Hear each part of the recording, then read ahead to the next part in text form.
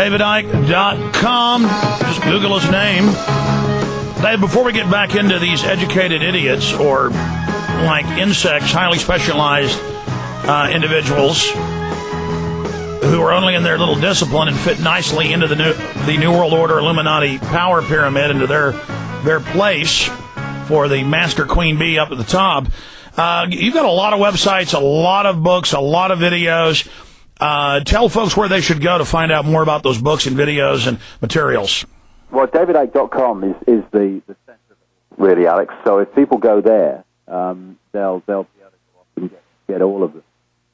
I've written about 16 books overall, and it's been a journey, like it has for you. It's been a journey of seeing that something wasn't right, and then as you keep walking, the path just gets bigger, and the information gets bigger, and the picture gets bigger, and so we've reached this point today where we now at last starting to get some kind of real fix on the scale of this, and therefore we have a chance of turning it around. Sure. Let's go ahead and get back and finish up your story about talking to just the general public, much more open-minded, much more intelligent, just on the facts. People who know about the New World Order are really into info, wide-ranging analysis of different disciplines versus the specialized New World Order minions.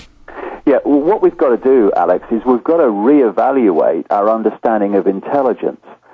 Cleverness is not wisdom. And cleverness without wisdom is the most destructive force on earth.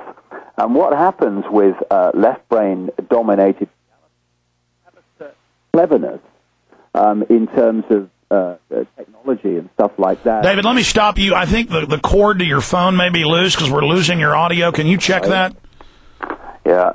It's a hotel phone. I shall complain. Yeah, I think when you're, I would imagine that you're walking around and when it's tugging. No, I'm sitting perfectly still. Okay, well, what's going on? Sure. I'm coming and going.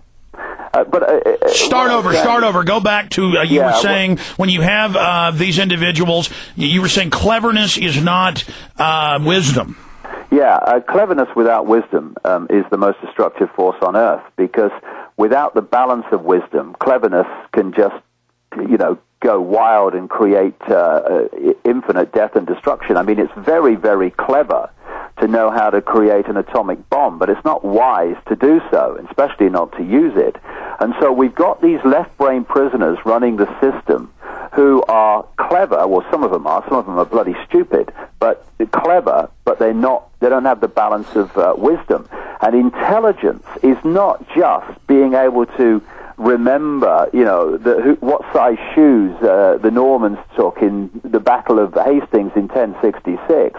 It's being able to see things that less intelligent people can't see. And I'll give you an example of the difference. I spoke at the Brixton Academy in London to 2,500 people about a month ago, and in that audience was every race, every income bracket, every range of society, age, the lot. And I gave them everything I could give them, because the reason they were there is they had open-minded intelligence.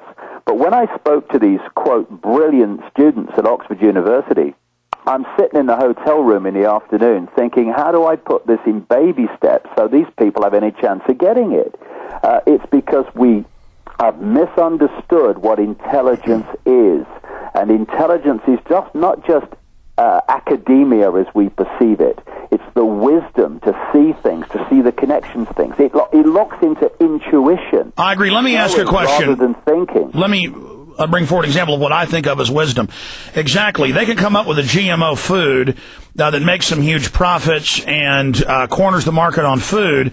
And that would be clever. But did they, with wisdom, think about what that'll even do to their own grandchildren? No. These clever, wicked people, they just do it because they can in this mad, almost instinctive race to have power, to dominate, to control. The rationale is, well, if I don't do it, somebody else will. But also wisdom really is about being tied into the human journey, the human species, realizing we're all connected and not being selfish. I mean, they're clever to have power, but they're also blinded in that they think they really are disconnected from the rest of reality, when really, when some soldier rapes and kills a child, they're raping and killing their own soul. Yeah. What I was saying is Einstein said that you cannot solve problems with the same level of consciousness that created them. And that's what we're constantly trying to do. And that's why, you replace a government with another party. But that party, be it Democrat or Republican, Labor or Conservative, is coming in with the same level of consciousness, i.e. the political system's consciousness, as the one it's replacing. So instead of solving problems, it just creates more. And we're at a point now where we need to move to another level of consciousness. And overwhelmingly, this is again connected to getting out of the left brain-dominated reality, so that we can see how we're creating these problems. Because if you're at the same level of consciousness that created them, you can't see how the problems are being created. So you just go round and round and round. And what's happening is more and more people who haven't necessarily been through the education system and got degrees and bits of paper and letters after their name, they're opening to a level of consciousness which is higher than that which created the problems, and therefore they can start to see ways out of here. Now, I want to shift gears into currently what's happening with Iran, why the globalists are devaluing the dollar, why they're preparing to bring us into a world crisis as the springboard to the next level, what things will look like if the Illuminists and their controllers are able to build their world. So seeing it from their perspective, their view, what they want, this cold-blooded view, versus what freedom and love and liberty and the human revolution. We see these two different revolutions: the tyrant's revolution for global domination, to have the final revolution of total dehumanization, global extermination of 90% of the world's population, versus this. For every action, there's an equal reaction. We see a rising up against that. So as they intensify their juggernaut, their control system, as they throw more coal in the engine and accelerate towards Armageddon, we see another massive force, love and liberty and decency and honor and wisdom, rising up against it. Yeah, it's like the irresistible force against the immovable object. And the immovable object, they perceive themselves to be anyway, are this network of control and enslavement. But it's a house of cards. I've been saying this for years. It's a house of cards because we are holding it together. This is the key point we have to understand.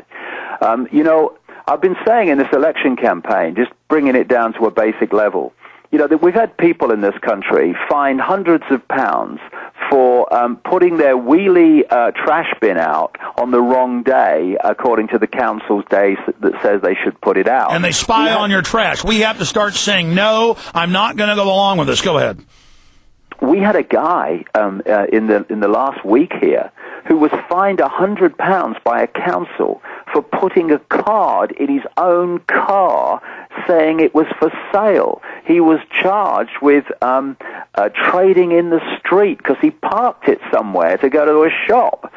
Now, if we just allow that to happen and say, oh, that's terrible, isn't it ridiculous, what's the world coming to, then we're going to walk straight into this prison cell that we can't see the bar. Well, most people can't see the bars, although they're beginning to, and the door's going to click shut, and then we're going to say, oh, hold a second, we're in a cell, what do we do? Well, it's going to be a bit bloody late then. What we need to do now is to have a non-violent, absolutely non-violent, non-cooperation campaign with the system that's enslaving us. If someone's fined for putting a wheelie bin out on the wrong day, then hundreds and thousands of people need to put their wheelie bin out on the wrong day indefinitely until the laws change. People need to go round with cards in their cars with adverts on until the laws changed.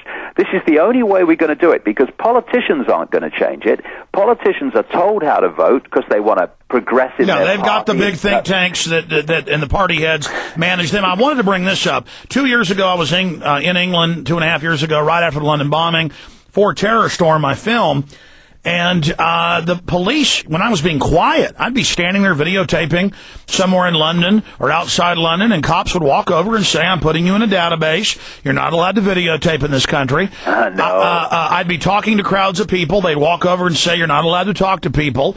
And it was before they banned protest around Parliament. It was about a week later they did, and they just said, we don't care, not allowed to be here, no law.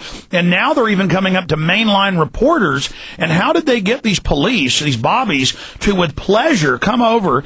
And now it's in the British news. They harass everyone, even mainline reporters. They tell people don't talk to others in the streets. I mean, this is worse than East Germany, and it just happened overnight, David. Yeah, well, I had shall we say, an animated discussion with some policemen when I was filming a television program. And I was in Parliament, and they came over to me and said, excuse me, have you got permission? I said, what permission? I said, I pay taxes to pay for this place. And they said, oh, well, we had to come over because we've got cameras all around Parliament Square, so we had to come over and see what you were doing. I said, well, you've got cameras all over Parliament Square. Look at your screens and you'll see. Go away.